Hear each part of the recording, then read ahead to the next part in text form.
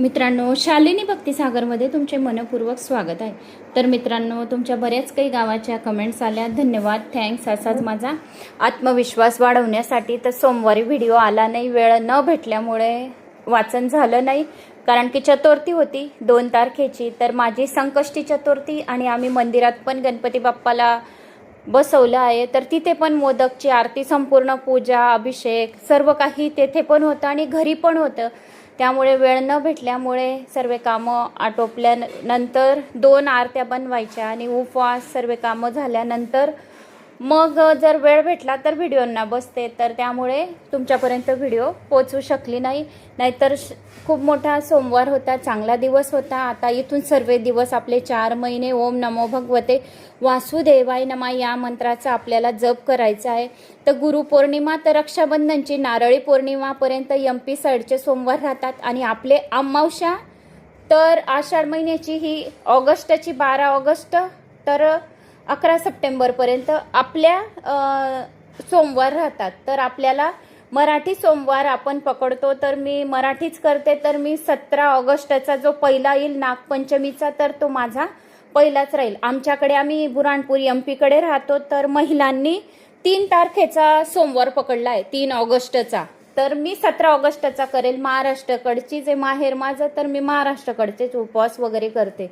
तर वेळ नसल्यामुळे आपण व्हिडिओ पर्यंत पोहोचू शकले नाही। तर आता आपला व्हिडिओवर आपण येऊया। त्या अगोदर जर कोणी नवीन आलं असेल तर लाल बटनवर सबस्क्राईब करा, ऑलवर क्लिक करा आणि जास्तीत जास्त जणांना शेअर करा। कुठून कोणत्या गावात तुम्ही माझा व्हिडिओ ऐकत आहोत, आपल्या गावाची कमेंट्स जशी करत आहोत तशी रोज करा। श्री गणेशाय नमो नमः। वक्रतुंड महाकाय सूर्यकोटी समप्रभ निर्विघ्नं कुरु मे देव सर्व कार्येषु सर्वदा। श्री गणेशाय नमः। सरस्वती नमः। गुरुदेव तुभ्य नमः। कुलदेवताय नमः। ओम शांताकारं भुजगशयनं पद्मनाभं सुरेशं विश्वाधारं गगनसदृशं मेघवर्णं शुभांगं लक्ष्मीकान्तं कमलनयनं योगिभिर्नं वंदे विष्णु भवभयं सर्वलोकैकनाथं निवासं। श्री श्रीनिवासा की जय। कोल्हापुर महालक्ष्मी माता की जय। पद्मावती महालक्ष्मी माता की जय। ओम कृष्णाय वासुदेवाय हरे परमात्मने प्रणत क्लेशनाशाय गोविंदाय नमो नमः। तर तुमच्या भरपूर काही कमेंट्स आले आहेत। ओम नमो भगवते वासुदेवाय नमः। धन्यवाद ताई, खूप खूप आभार, प्रणाम। मुंबई कल्याणहून श्री शिवाय नमस्तुभ्यम। श्री स्वामी समर्थ, श्री गुरुदेव दत्त, कोटी कोटी प्रणाम तुम्हाला। जय श्री महाकाल ताई, जय श्री गणेशा, जय श्री महाकाल ताई। तुमचा आवाज खूप छान आहे। तुमच्यासाठी मी देवाला रोज प्रार्थना करते की तुम्हाला खूप खूप टाइम भेटो आणि देवो आणि व्हिडिओ आमच्यापर्यंत पोहोचो। ओम नमो भगवते वासुदेवाय नमः। आम्ही पारनेरवरून ऐकत आहोत।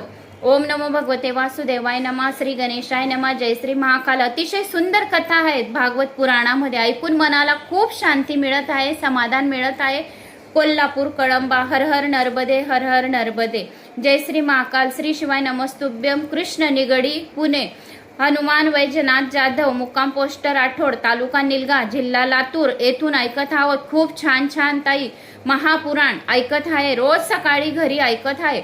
श्री गणेशाय नमः। ओम श्री स्वामी समर्थाय नमः। ओम नमो भगवते वासुदेवाय नमः। खूप खूप धन्यवाद ताई, नांदगाव। जय श्री महाकाल, अंतोरली। ओम नमः शिवाय। जय श्री गणेशाय नमः। हर हर महादेव। खूप छान ताई। ओम नमो भगवते वासुदेवाय नमः, अंतोरली। ओम नमो भगवते वासुदेवाय नमः, मुंबई। जय श्री महाकाल। जय श्री गणेश देवा, गणपती बाप्पा मोरया, मंगलमूर्ती मोरया। ओम गम गणपते नमः। ओम सिद्धिविनायकाय नमः, अष्टविनायकाय नमः, गणपती बाप्पा मोरया। ओम नमो भगवते वासुदेवाय नमः, संभाजीनगर। श्री स्वामी समर्थ, श्री स्वामी समर्थ, श्री गणेशाय नमः। ओम गम गणपते नमः। तर ताई, तुमचा श्री गुरुचरित्र मधला 7वा अध्याय आम्ही रोज ऐकतो। ओम नमो भगवते वासुदेवाय नमः। श्री गणेशाय नमः। पुणे। हर हर नर्मदे, हर हर महादेव, हर हर नर्मदे। नर्मदा नदी तुझा पर्यंत माझा नमस्कार पोहोचो। हर हर नर्मदे। नर्मदा पुराण आम्ही ऐकत आहोत ताई। जय श्री महाकाल ताई, जय श्री गणेशा ताई, जय श्री महाकाल ताई। शिवपुराण आम्ही ऐकत आहोत। हर हर महादेव ताई। अहोम आम्ही विष्णू पुराण ऐकत आहोत। हर हर नर्मदे, हर हर नर्मदे। जय श्री महाकाल ताई, जय लक्ष्मी नारायण प्रसन्नाय नमः, हर हर नर्मदे। तर अशा प्रकारच्या तुमच्या कमेंट्स या 3-4 मिनिटात मी वाचून पटकन तुम्हाला सांगितल्या। कमेंट्स आपली जर कोणी वाचली तर ऐकून खूप आनंद वाटतो मनाला। मी पण या गोष्टी फिलिंग समजू शकते। तर धन्यवाद। अशाच माझ्या मला कमेंट्स करण्यासाठी. तर आता आपण आपल्या व्हिडिओवर येऊया. मागच्या व्हिडिओमध्ये आपण पवित्र वामनाचे चरित्र आपण ऐकले होते आणि माता लक्ष्मी राजा बलीला रक्षाबंधनच्या दिवशी कसा आपला भाऊ. तर मित्रांनो, आपण मागच्या व्हिडिओमध्ये ऐकले की माता लक्ष्मीने राजा बलीला भाऊ मानले आणि भाऊ म्हणून रक्षाबंधनला राखी बांधली आणि भेट म्हणून आपल्या बहिणीला काय पाहिजे असे विचारले राजा बलीने. तर माता लक्ष्मीने सांगितले की जे तुमच्या द्वारावर उभे आहे काठी घेऊन तो साक्षात नारायण आहे, तर ते माझे नारायण मला वापस करून द्या, माझे सर्वस्व आहेत. तर राजा बलीने सांगितले की तुझा कोणी नातेवाईक आहे का तो द्वारपाल. तर म्हणे माझे नारायण आहेत, माझे सर्वस्व आहेत, तर तुम्ही मला नारायणला द्या असे सुखदेवजी सांगतात. आणि मग राजा माता महालक्ष्मीला भगवान नारायण बरोबर श्रावण शुद्ध पौर्णिमेच्या दिवशी वैकुंठ धामाला नारायण भगवानला घेऊन गेली. याच्या स्मरणार्थ रामानुजाचार्य पंथांच्या मंदिरात या दिवशी पाठ उत्सव साजरा करण्याची प्रथा चालत आली आहे. याप्रमाणे लक्ष्मी देवीने दानबद्ध नारायणाची मुक्तता केली. म्हणून भगवान काय म्हणतात की माता लक्ष्मीने राजा बलीला भाऊ मानून माझी मुक्तता केली, तर धन्य हे महालक्ष्मीचे चरित्र, वामन भगवानचे चरित्र आणि धन्य ते राजा बली. तर अशा प्रकारे आपण मागच्या व्हिडिओमध्ये ऐकले. तर आता आपण व्हिडिओला सुरुवात करूया. आता मग मनु आणि जलप्रलय. महाराज सत्यव्रत मनु एकदा कृतमाला नदीच्या किनारी तपश्चर्या करीत होते. ही नदी त्रिवेंद्रमाच्या बाजूला आहे. तेथे त्यांनी कित्येक वर्ष तपश्चर्या केली. एकदा ते नदीत तर्पण करीत होते. ऋषी तर्पणाने बुद्धिशूद्र होते. भारत धर्मप्रधान देश आहे. ऋषीच्या स्मरणाने दिव्य संस्कार आमच्या हृदयात अवतर्ण होतात. आज तर शिक्षणात धर्मांचे स्थान कोणतेच स्थान नाही. तर्पण करीत असताना महाराज मनूच्या हातात एक मत्स्य आला. मनूने त्याला पाण्यात सोडून दिले. मत्स्य म्हणाला, मी तुझ्या हाताला आलो म्हणजे तुला शरण आलो आहे. नदीतले मोठे मोठे मासे मला खाऊन टाकतील, म्हणून तू माझे रक्षण कर. तेव्हा राजाने त्याला कमंडलूत ठेवून दिले. मासा जसा जसा मोठा होत गेला तशी तशी त्याच्यासाठी मोठ्या जागेची आवश्यकता पडत गेली. दिवसेंदिवस तो आता विशाल स्वरूप धारण करू लागला. सत्यव्रताला आश्चर्य वाटू लागले. त्याला वाटले की हा निश्चितही कोणी असाधारण मत्स्य आहे. वास्तविक वृत्ती म्हणजेच तो मत्स्य होय. वृत्ती विशाल व्हावी, पण जोपर्यंत ती ब्रह्माकार होत नाही तोपर्यंत शांती मिळत नाही. माझेपण व अहम एका ठिकाणी राहू शकत नाही. मी सर्वात आहे व सर्व माझ्यात आहे.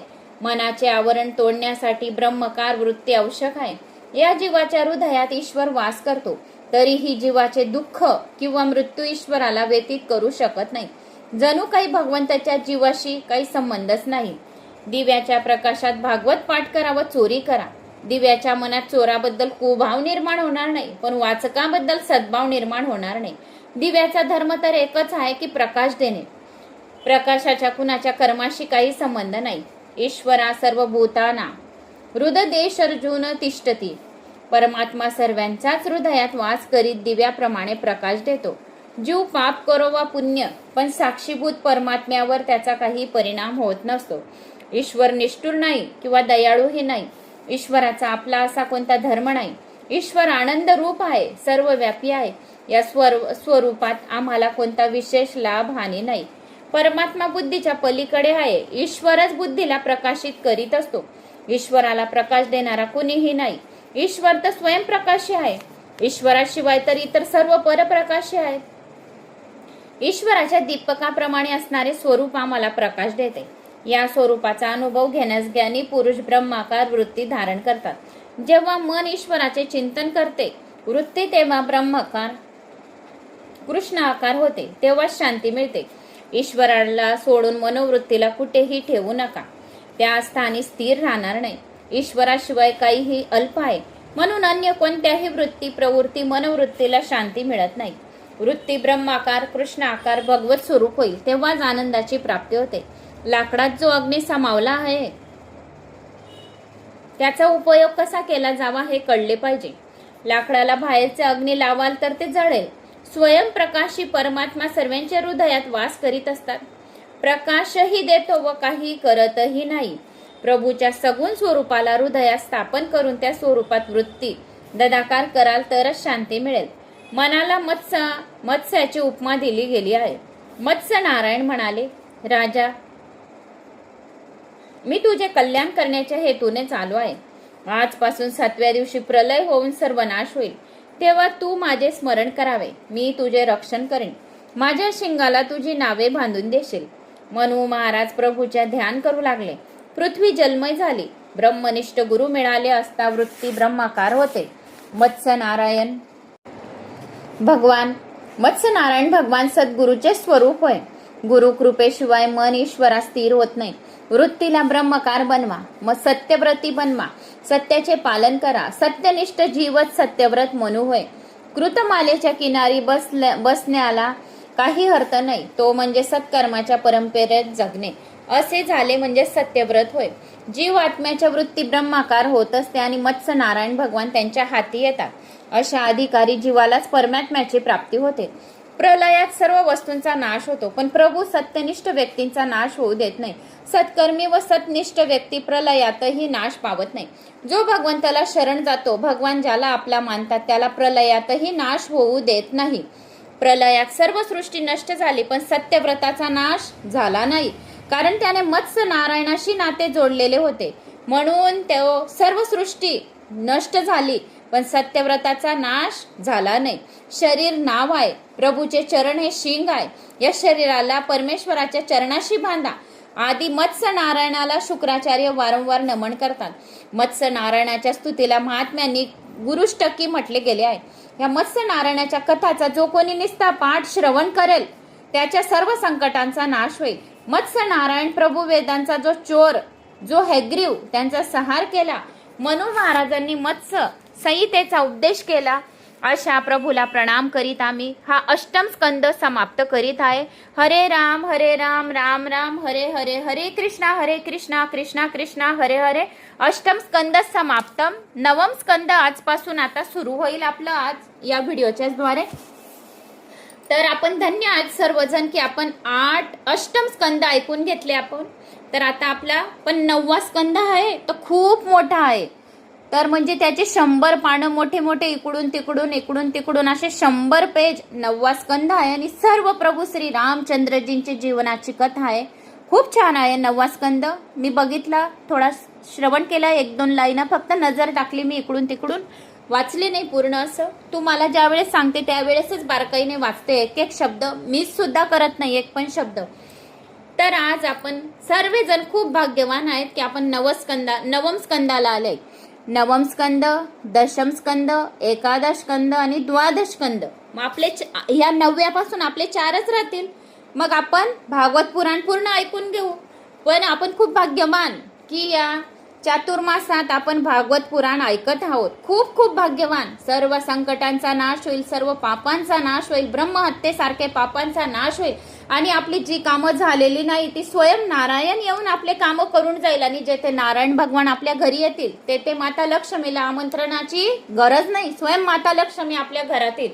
तर आपले सर्व काही व्यवस्थित होईल. सर्वांचं चांगलं करो भगवंत, सर्वांना सुखी ठेवो, पोटभर अन्न पाणी कपडे सर्व काही व्यवस्थित देवो. जो आपलं वाईट चितत पण नसेल या दुश्मन असेल, शत्रू असतील, त्यांचं पण चांगलं करो. सर्वांचं चांगलं करो बाप्पा, सर्वांचं चांगलं कर आणि चांगली सद्बुद्धी दे. तर आता आपण स्कंद 9व्याला सुरुवात करूया. ओम जन्म माध्यस्य यतो न वयादित रतचशार्थार्थ शव्यभिज्ञ स्वराट तेने ब्रह्महदा आदिक वये मुहांती यतु सुरया तेजावारी मृद्दाम यथा विनमयो यत्र त्रिसर्गो मृषा धामनो सेवन सदा निरस्तकं कुहम सत्य परमधीमहि. श्रीकृष्णं वंदे जगद्गुरु श्री शंकराचार्य नमो नमः. याचा अर्थ काय? प्रथम स्कंदामध्ये आपण काय ऐकलं? अधिकार लीलाशी संबंध होता. त्या शिष्याचा अधिकार दाखवला गेला. ज्याचा अधिकार सिद्ध होतो त्याला संत भेटतात.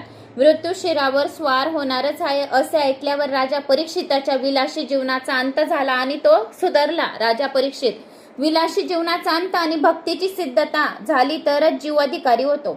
वैराग्य धारण करून जो घराबाहेर पडतो तो संत होतो. त्याला आपोआप सद्गुरू येऊन भेटतात. संतांच्या घरीच संत येतात. तुम्ही संत व्हाल तर तुमच्या घरी संत येऊन तुम्हाला भेटतील. द्वितीय स्कंदामध्ये काय ऐकलं आपण? आठवण आहे कोणाला? कमेंट्स करून सांगणार काय ऐकलं तर.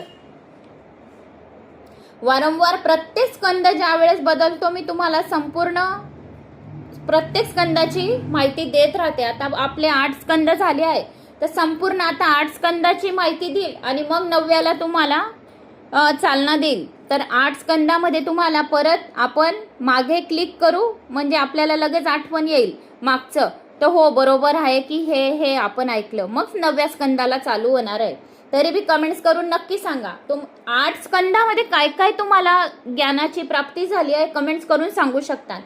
तर आता आपण द्वितीय स्कंदामध्ये काय ऐकलं? ज्ञानलीला आली द्वितीय स्कंदात, बरोबर आठवण आलं? ज्ञानलीला होती. मनुष्य मात्राचे कर्तव्य काय आहे, आसन मरण व्यक्तीचे कर्तव्य काय आहे, अशा सारख्यांची चर्चा आपण ज्ञान दिले गेले द्वितीय स्कंदामध्ये. आलं ना लक्षात? आता तृतीय स्कंदामध्ये काय आलं?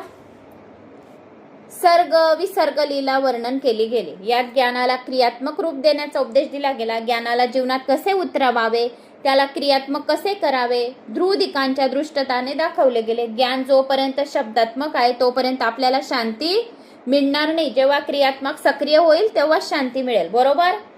आता आपण 5व्या स्कंदामध्ये काय ऐकलं? स्थिती लीलेचा. गुरुद्वारा मिळालेले ज्ञान जीवनात उतराल तेव्हा स्थिरता आपली प्राप्त होईल. 5व्या स्कंदात दाखवले गेले आहे. 6व्या स्कंदात पुष्टी लीला अनुग्रह लीलाचे वर्णन आपण ऐकले.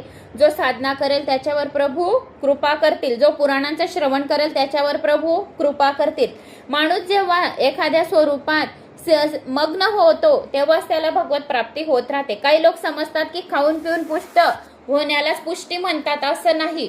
पण पुष्टी मार्ग तसा दाखवला गेला आहे भगवंताच्या विरहात. माणसाचे जीवन कसे असावे? ईश्वराला आपले सर्वस्व अर्पण करा, इंद्रियांना भक्तिरसात डुबून टाका. असे केल्यानेच इंद्रियांची पुष्टी मिळते. माणसाने जर पुष्टीचा उपयोग नीट रीतीने केला नाही तर तो वासनेच्या भुकातच राहील, वासनेच्या वेगात वाहून तो पुष्ट बनत राहील.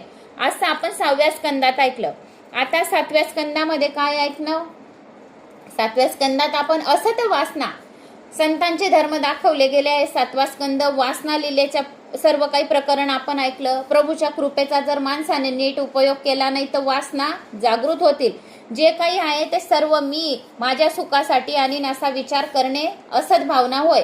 प्रल्हादाला जे काही मिळाले त्याने सर्वस्वांसाठी उपयोग केला, पण जे काही सुख त्याला मिळाले ते देवाचे आहे. सुखाचा उपभोग घेत घेत जे दुसऱ्यांना सुख देतो तो सज्जन होय असतो, पण संत मात्र नसतो. तो संत नसतो. जो दुसऱ्यांना सुख देतो तो काय राहतो? सज्जन राहतो, संत नाही. जो स्वतः दुःख सहन करून दुसऱ्यांना सुख देतो त्याला संत म्हणतात. स्वतः काही काम करून घ्यायचे, शरीराला थकवायचं आणि समोरच्याला आराम करायचा, याला काय म्हणतात? संत.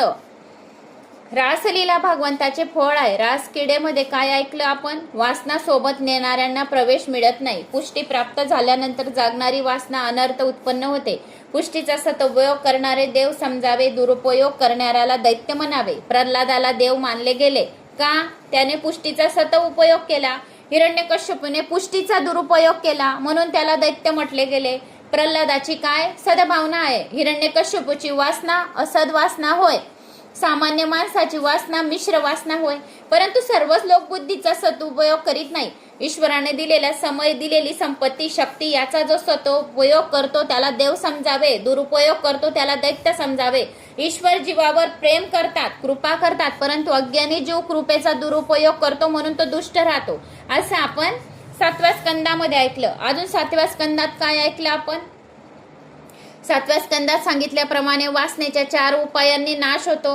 तर आणि नंतर आपण 8व्या स्कंदामध्ये 4 धर्म वर्णन केले होते. कोणते कोणते आठवण आहे का? आत्ताच संपला आपला 8वा.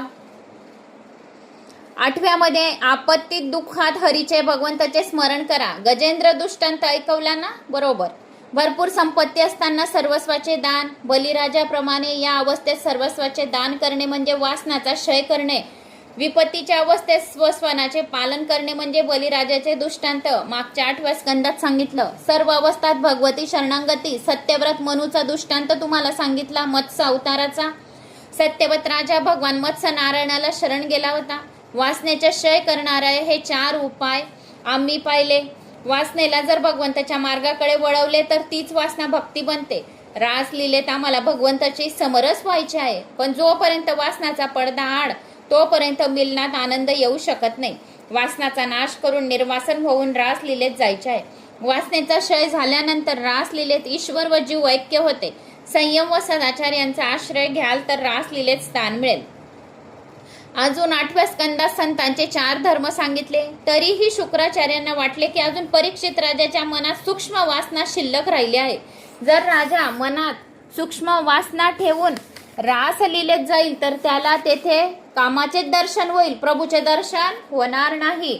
ज्याच्या मनात काम वासना आहे त्याला प्रभूचे दर्शन होणार नाही. म्हणून काम वासना दूर करून प्रभूचे दर्शन घ्या. की ज्या वेळेस आपण मंदिरात जातो या देवघराची पूजा करतो तर त्यावेळेस आपल्याला फक्त देवाचे स्मरण करायचे, इकडच्या तिकडच्या गोष्टींचे स्मरण करायचे नाही आहे. ज्याच्या मनात काम वास करतो त्याला प्रत्येक ठिकाणी कामच दिसेल. आता एक गृहस्थाची तरुण कन्या सासरी जायला निघाली, तेव्हा ती काय करू लागली, रडू लागली. पित्याचे हृदय भरून आले. रडता रडता मुलगी वडिलांना नमस्कार करू लागली. तेव्हा पित्याने तिला आपल्या हृदयाशी धरले, समजूत घालू लागला. हे तर शुद्ध वात्सल्य, प्रेमाचे शुद्ध आलिंगन होते. पण रस्त्यावरून जाणाऱ्या कोणा एका पुरुषाला ती विकारी वाटले. ते कोण आहे त्याला माहीत नव्हते. बाप व मुलगी यांचे मिलन शुद्ध आहे, परंतु त्याच्यापेक्षा लाखपटीने गोपी व कृष्ण, जीव व ईश्वर यांचे मिलन सुद्धा शुद्ध आहे. मिलन रासलीलेत होते, रासलीलेत काम बिलकुल नाही होत. शुक्राचार्याच्या केवळ दर्शनाने अप्सरांचा काम नष्ट झाला होता. जो नितान निष्कामी आहे तो कामाची कथा कशी सांगू शकेल. शुक्राचार्य निष्कामी आहे, ज्याच्या दर्शनाने अन्य लोकांच्या मनात वसणाऱ्या कामाचा नाश होतो, असा महात्मा ही कथा सांगत आहे. ज्याप्रमाणे सूर्याजवळ अंधार जाऊ शकत नाही त्याप्रमाणेच काम कृष्णाजवळ जाऊ शकत नाही.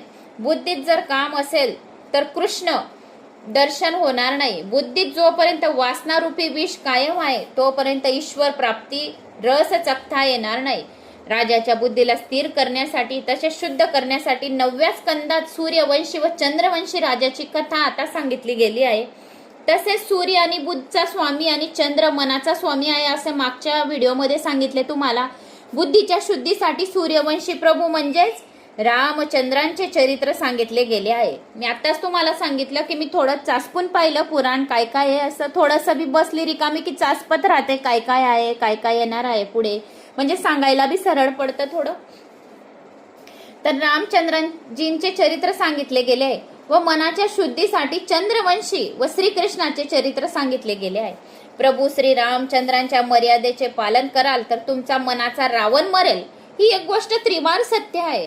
जर तुम्ही प्रभू श्री रामाचं स्मरण करणार तर खरंच तुमचा मनाचा रावण जो आहे तर तो मरेल. रावण म्हणजे संताप.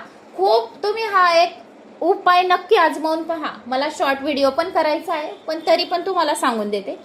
तुम्ही घरात कोणत्या ना कोणत्या कारणास्तव असं तर कुठलं घर नाही की कोणती स्त्री असो, पुरुष असो, मुलं असो या मुलगा असो संताप येणारच नाही.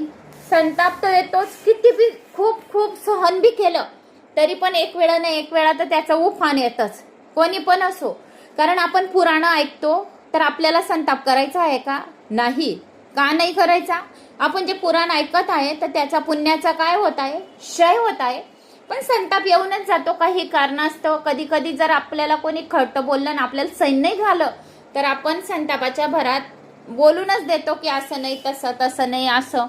पण एखाद वेळेस आक्रोश होऊन जातो खूप, शरीरामध्ये खूप संताप भरावून जातो, जागा कुठेच नाहीये काही बोलायला देवाशिवाय. तर तेव्हा काय करायचं माहितीये? कोणालाच काही बोलायचं नाही. ना सासूला बोलायचं, ना सासऱ्याला बोलायचं, ना नवऱ्याला बोलायचं, ना मुलांना बोलायचं. फक्त एकच काम करायचं, श्रीराम रक्षा स्तोत्र लावायची. श्रीराम रक्षा स्तोत्र. खूप संताप, कितीही संताप असो, कितीही संताप असो, फक्त 2 वेळा ऐका. हा अनुभव मी स्वतः आजमावून घेतलाय. आत्ता परवाच आजमावला आणि हा अनुभव मी. कितीही संताप असो, कितीही, लगेच शांत होतं, याने शांत होतो. मला स्वतःला असं वाटलं की मला खूप आक्रोश झाला होता, खूप संताप झालेला होता, तरी माझा संताप इतका शांत झाला. तर फक्त म्हटलं माझ्याजवळ एकच आहे आता की श्री राम रक्षा स्तोत्र आपण फक्त श्रवण करू. मी माझाच व्हिडिओ घेतला आणि मी 2-3 वेळा शांत बसले एकदम आणि तोच व्हिडिओ मी माझा ऐकला. इतका राग शांत झाला, इतका संताप शरीरातून निघाला की एवढं की काहीच वाटत नव्हतं की, आणि शांत दिमाग, शांत झोप आली.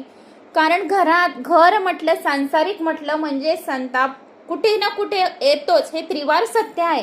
कारण की मनुष्याचे जीवन नुसते खुशिया भरलेले आहे, या नुसते स्माईल आहे, या आनंदाचेच आहे असं नाही आहे. खूप काही आपल्याला कष्ट सहन करावे लागत आहेत या मानवी जीवनामध्ये आणि मानवी शरीरामध्ये. त्याच्यासाठी आपल्याला फक्त प्रभूंचे श्रवण करायचे आहे आणि प्रभूंचेच गुणगान करायचे आहे. त्याच्यामुळे आपल्या मनाचा जो स्वामी आहे ना, मनाचा स्वामी आणि बुद्धीचा स्वामी, तो आपल्याला दोघांना शांत करतो. सूर्य हा बुद्धीचा स्वामी आहे आणि चंद्र हा मनाचा स्वामी आहे. तर आपल्याला दोघांना शांत करतो तो कोण? प्रभू श्री रामचंद्रजींचा रामरक्षा स्तोत्र. तर हे नक्की लावून बघा तुम्ही. 2 वेळा ऐका, 3 वेळा ऐका, एकदम शांत होऊन जाणार. तसेच आहे, जर तुम्ही मर्यादा पुरुषोत्तमचे पालन कराल तर तुमच्या मनाचा जो रावण आहे तर नक्की मरेल. तुमच्या मनातला काम नष्ट होईल. तर कृष्ण परमात्मा येतील. रामानंतर कृष्ण येतात, प्रभू श्री रामचंद्रजी नंतर कृष्ण येतात. जो रावण रूपी कामाला मारू शकतो तोच कृष्ण लीलेचे दर्शन करू शकतो. प्रभू श्री रामचंद्रजींच्या चरित्राचे वर्णन रामायणात विस्तारपूर्वक केले गेले आहे. जो प्रभू श्री रामचंद्रजीच्या मर्यादाचे पालन करतो त्यालाच कृष्ण भगवानच भेटतात. मनाला शुद्ध करण्यासाठीच या लीला केल्या गेल्या आहेत. म्हणून संताप करू नये. संताप येतो हे मान्य करते मी गोष्ट. कुठल्या ना कुठल्या गोष्टीस तर खोटे सैन होत नाही, तर त्याच्या कारणाने आपल्याला कुठे ना कुठे संताप येईलच. पण आपल्याला संताप करायचा आहे का? नाही. खूप शांत ठेवून आपल्याला, कारण आपल्याला हे आठवण करायचे की एवढे आपण पुराण श्रवण केली आहे, त्याचे पुण्य क्षय नाही व्हायला पाहिजे. म्हणून आपल्याला संताप करायचा नाही आणि आपल्याला प्रभू श्री रामचंद्रजींचं नामस्मरण करायचं आणि राम रक्षा स्तोत्र ऐकायचे आहे.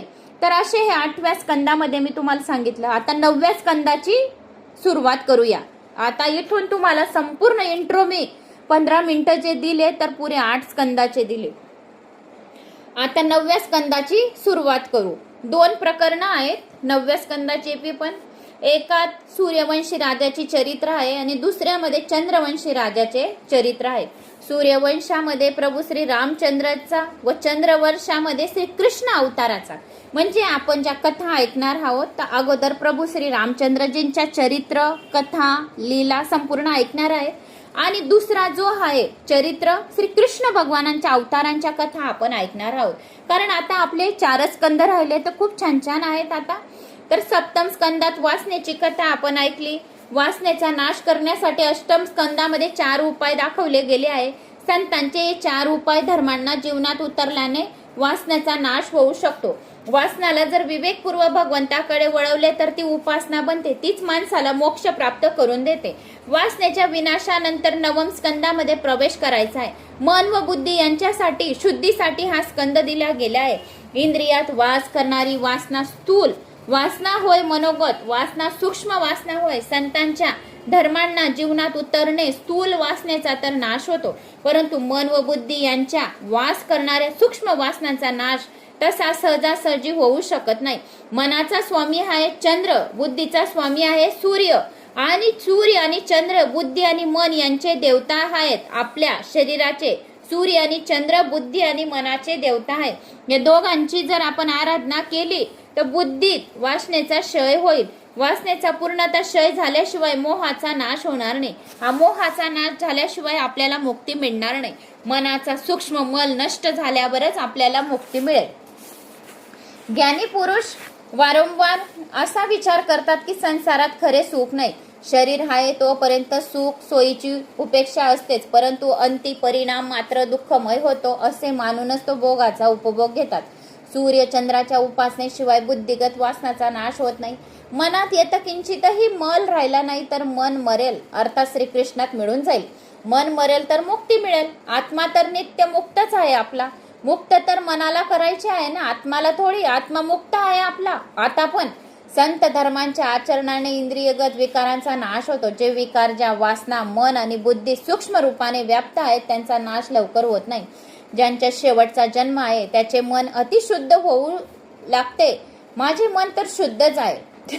काय? माझे मन अतिशय शुद्ध आहे. म्हणजे आपल्याला आता जीवन पाहिजे नको, खूप कष्ट आहे या जीवनामध्ये, प्रभू मला मोक्ष दे. मी हेच सांगते, पुराण आहे हातामध्ये, प्रभू तू मला आता डायरेक्ट मोक्ष दे. या शरीराला खूप भयंकर कष्ट यातना सहावे लागतात, तर तुझ्या चरणाशी आम्हाला ठेव, असा विचार करायचा आहे.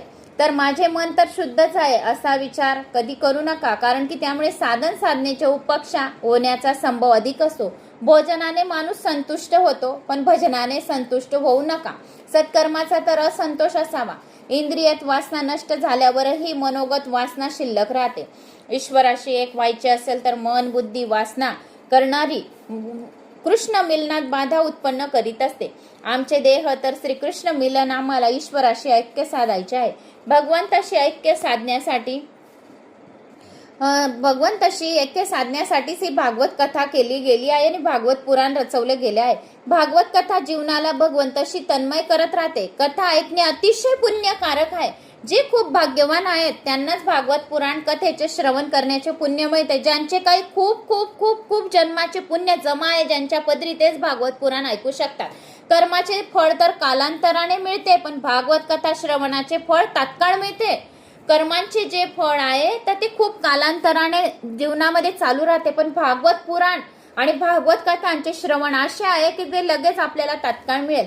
या कथा श्रवणाचे फळ असे आहे की सांसारिक विषयाचे स्मरण ईश्वराशी तन्मय करून देते. सर्व साधनांचे हेच फळ आहे. कथा कीर्तनात अनायास्य तन्मयता होत असते.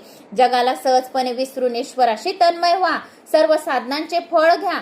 भागवत कथा जीवनाला भगवंताशी मिळवून देते. आम्हाला जगात राहायचे आहे, परंतु जगाला आपल्या मनात राहू द्यायचे नाही. ज्याच्या मनात सांसारिक विषय येतच नाही त्याच्याकरता मुक्ती सुलभ आहे.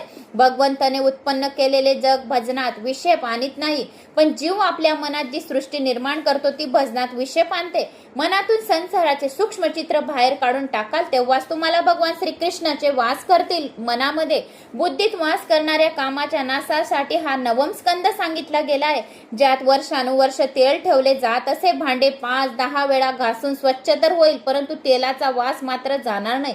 अशा भांड्यात चटणी लोणचे ठेवाल तर खराब होऊन जाईल. माणसाचे मस्तिष्क देखील तसेच आहे, चटणी लोण्यासारखे आणि आचार्यासारखे. यात कित्येक वर्षापासून कामरूपी वासना तेल ठेवले गेले आहे. या बुद्धिरूपी पात्रात श्रीकृष्ण रूपी रस ठेवायचा आहे आपल्याला. आता या मस्तक पात्रात कामाचा लेश मात्र जरी असेल तरी त्यात प्रेम रस भरायचा आहे. भक्ती रस ठेवणे जमणार नाही. जेव्हा बुद्धी भगवंताचा निवास असतो तेव्हा पूर्णपणे शांती मिळू शकते. जोपर्यंत बुद्धीत भगवंताचा अनुभव येत नाही तोपर्यंत आनंदाचा अनुभव येत नाही. सांसारिक विषयांचे ज्ञान बुद्धीत आल्याशिवाय विषय ज्ञान पूर्ण आनंद देते. तेलाच्या अंशाने जसे चटणी लोणचे बिघडून जाते तसेच बुद्धीत वासनेचा अंश शिल्लक राहिला असला तरी ती अस्थिरच राहील. बुद्धीला स्थिर व शुद्ध करण्यासाठी मनाचा स्वामी चंद्र, मनाचा स्वामी कोण आहे? चंद्र. बुद्धीचा स्वामी सूर्य यांची आपल्याला काय करायची आहे? आराधना. त्रिकाल संध्या केल्याने बुद्धी विशुद्ध होते.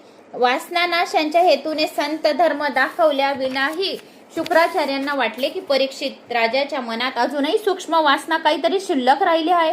राजाला म्हणाले, राजलीलेत घेऊन जायचे आहे तुम्हाला. मृत्यूच्या पूर्वीच त्याला परमानंद दाखवायचा आहे. जोवर बुद्धीत काम वासना आहे तोपर्यंत त्याला भगवान श्रीकृष्णाचे दर्शन होणार नाही. म्हणून राजाच्या मनात शिल्लक राहिलेल्या वासनाचा पूर्णतः नाश करण्यासाठी शुक्राचार्यांनी सूर्य व चंद्र वंशाची कथा आता त्यांना ऐकवली. जोपर्यंत राम येत नाही तोपर्यंत कृष्ण सुद्धा येत नाही. भागवतात मुख्य चरित्र म्हणजे प्रभू श्रीकृष्णाचे आहे, तरी पण रामाच्या आगमनानंतरच भगवान श्रीकृष्ण येतात. ज्याच्या घरात राम येत नाही त्याच्या रावण काम मरत नाही. जोपर्यंत कामरूपी रावण मरत नाही तोपर्यंत भगवान श्रीकृष्ण येत नाही. या रावणाला जर मारायचे आहे तर रावण जेव्हा मरेल तेव्हाच रामचंद्रजींच्या मर्यादाचे पालन होईल.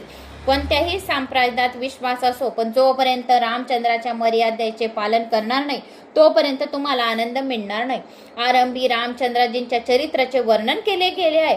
भागवत कथेचे वक्ता व श्रोता दोघांनाही रामाच्या मर्यादाचे पालन केले पाहिजे. माणूस थोडी संपत्ती व थोडा अधिकार मिळताच रामाची मर्यादा विसरून जातात. राम आल्याशिवाय कृष्णही येत नाही. प्रभू श्री रामचंद्रजींची उत्तम सेवा हीच त्यांच्या मर्यादाचे पालन केले गेले आहे. त्यांच्यासारखेच वर्तन ठेवा. रामचंद्रजींचे भजन म्हणजे त्यांच्या मर्यादाचे पालन करणे होय. त्यांची वागणूक आम्हाला आमच्या जीवनात उतरवायची आहे. जर प्रभू रामाला मनात ठेवाल तर मर्यादा पुरुषोत्तम रामचंद्रांचे अनुकरण कराल. तुम्हाला भागवत मिळतील, भगवंत मिळतील. त्यांच्या लीलेचे अनुकरण करा. त्यांचे चरित्र सर्वथा अनुकरण आहे. प्रभू श्रीकृष्णाच्या सर्वच लीलांचे अनुकरण करायचे नाही, पण त्या श्रवण करायचे आहेत. त्यांची चरित्र आपल्याला चिंतनीय आहे. श्रीकृष्णाची लीला चिंतनासाठी, चिंतन केल्यावर तन्मय होण्यासाठी आहे. रामचंद्रजींनी जे केले ते आपणास करायचे आहे, परंतु श्रीकृष्णजींनी जे सांगितले ते आपणास करायचे आहे. राम पूर्ण पुरुषोत्तम असूनही माणसांना आदर्श दाखवतात. रामचंद्राचे मातृप्रेम, पितृप्रेम, बंधुप्रेम, एक पत्नी व्रत इत्यादी सर्व काही जीवनात उतरवून न्यायासाठी आहे. दशरथ राजाचे पुत्रप्रेम, सीतेची पतिभक्ती, लक्ष्मण आणि भरताचे बंधुप्रेम इत्त सर्व काही आदर्शमय आहे. श्रीकृष्ण जे काही करीत होते ते सर्व काही आम्ही करणे शक्य नाही. त्यांनी तर कालिया नागाला जिंकून त्यांच्या शिरावर नृत्य केले होते. गोवर्धन पर्वत करंगळीने उचलला होता. श्रीकृष्णाच्या चरित्राचे अनुकरण करायचे असेल तर पुतना चरित्रापासून आरंभ करा. पुतनेचे सर्व विष त्यांनी पिऊन टाकले होते. विष पचवल्यानंतर मात्र इतर सर्व लीलांचे अनुकरण झाले. रामचंद्रांनी आपले सर्व दैवी ऐश्वर्य लपून मानवी जीवनाचे नाटक जगाला दाखवले. साधकाचे वर्तन कसे असायला पाहिजे हे रामचंद्रजींनी दाखवले आहे. साधकाचे वर्तन रामचंद्रजींसारखेच असावे. सिद्ध पुरुषांचे वर्तन श्रीकृष्णासारखे असू शकते. रघुनाथाचा अवतार राक्षसांच्या सहारा करता झाला नाही, तर तो मनुष्यांना मानव धर्म शिकवण्याकरता झाला आहे. जे सर्व जीवांना उपदेश देतात त्यांना कोणत्याही मर्यादाचे भंग केला नाही. रामचंद्रांची लीला सरळ आहे, त्यांची बाल लीला ही सरळ आहे, पण श्रीकृष्णांची सर्वच लीला गहन आहे. रामचंद्रांचा सरळपणा कमाल लीलेचा आहे. त्याच्यासारखा सरळ माणूस आजपर्यंत झाला नाही. अग्री नारायणाने सीतेला निर्दोष ठरवले, तरीही त्या मूर्ख धोब्याचे कटू वचन ऐकून प्रभू श्री रामचंद्रांनी सीताचा त्याग केला. जगासमोर आदर्श ठेवण्याच्या हेतूने ते निष्ठुर बनले. ते जगाला हे दाखवूच इच्छितो की आदर्श राजाचे वर्तन कसे असावे, कसे असू शकते. सीतेने नारी धर्माचा आदर्श जगासमोर ठेवला. राम मर्यादा पुरुषोत्तम आहेत, तर कृष्ण पुष्टी पुरुषोत्तम श्रीकृष्ण माखन चोर आहेत, अर्थात मृदू मनाचे चोर आहेत. सर्वच मागतात. राम नाम जसे सरळ आहे तसे त्यांचे काम, त्यांची लीलाही सरळ आहे. रामाच्या नावात एकही जोडाक्षर नाही, कृष्णाच्या नावात एक अक्षर सरळ नाही व सर्व जोडाक्षर श्रीराम दिवसा 12 वाजता आले तरी ते श्रीकृष्ण रात्री 12 वाजता. एक मध्यान्हाला तर दुसरा मध्यरात्रीला. एक राजा दशरथ राजाच्या राजमहालात अवतरित झाले तर दुसरे कंसाच्या कारागृहात. रामाला ओळखणे सरळ आहे, सोपे आहे, परंतु कृष्णाला समजणे फार कठीण आहे. रामचंद्र मर्यादा होते तर श्रीकृष्ण प्रेम मर्यादा. प्रेम यांना जीवनात उतराल तर सुखी व्हाल. नरसिंह अवतारात क्रोध नाशाची, वामन अवतारात लोभ नाशांची आणि रामचंद्र अवतारात काम नाशांची रीत दाखवली गेली आहे. क्रोध, लोभ व काम यांचा जेव्हा नाश होतो तेव्हा श्रीकृष्ण भगवान प्रकट होतात. तसा तर भागवताचा हेतू श्रीकृष्ण लीला कथा करणेच आहे. मग प्रथम स्कंदापासूनच श्रीकृष्ण लीलेचे वर्णन का केले नाही? यांचे कारण हेच आहे की क्रोध, लोभ, काम इत्यादींचा नाश झाल्यावरच परमात्मा श्रीकृष्ण मिळतात. अष्टम स्कंदाच्या शेवटच्या प्रकरणात सत्यव्रत मनू महाराज मत्स्य अवतार यांची कथा आलेली आहे. ही कथा ऐकून राजा परीक्षित राजा म्हणाला, मला या सत्यव्रत मनू राजाच्या वंशाची आता पूर्ण कथा सांगा. आता काय म्हणतात राजा परीक्षित राजा की सत्यव्रत मनू राजाचा वंश काय आहे तर ते मला सांगा. तर आता आपण सत्यव्रत मनू राजाचा वंशांचा जी कथा आहे, चरित्र आहे, संपूर्ण अमरीश राजाची कथा आहे, मग प्रभू श्री रामचंद्रजींची कथा आहे, सौबरी ऋषींची कथा आहे, गंगा अवतरणाची कथा आहे, मग राम जन्माला कसे आले त्याची कथा आहे. खूप मोठी राम जन्माची कथा 4-5 पन्न्यांची.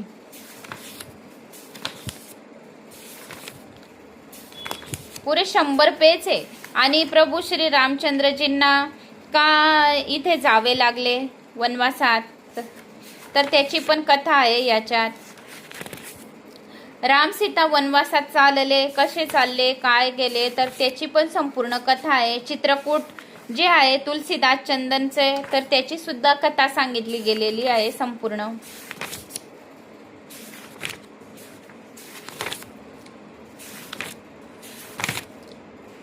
वाली वध याची कथा आहे पूर्ण.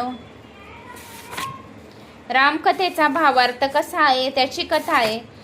ययाती आणि काम याची कथा आहे. तर असे आपल्याला 100 पेज ऐकायचे आहे आता नवम स्कंदामध्ये. आता 100 पेज, 10 व्हिडिओ, एक 2-2 पेज पण मोठे पण आहे. पानं इकडून तिकडून जे वाचलं जाईल, आपलं श्रवण होईल ते होईल, प्रभूची इच्छा. तर मित्रांनो, मला अशी आशा आहे की तुम्हाला हे माझं भागवत पुराण आवडलं असेल. तर आवडल्यास लाईक, शेअर, सबस्क्राईब नक्की करा. कुठून कोणत्या गावात तुम्ही माझा हा व्हिडिओ ऐकत आहोत तर नक्की कमेंट्स करून सांगा. पुढे छान छान कथा आपण प्रभू श्री रामचंद्रजीच्या ऐकूया. जय श्रीराम कमेंट बॉक्समध्ये करा. ओम नमो भगवते वासुदेवाय नमा करा. तुम्हाला जे आवडेल ते गावाचं नाव नक्की करा. जय श्री महाकाल. ओम नमो भगवते वासुदेवाय नमा.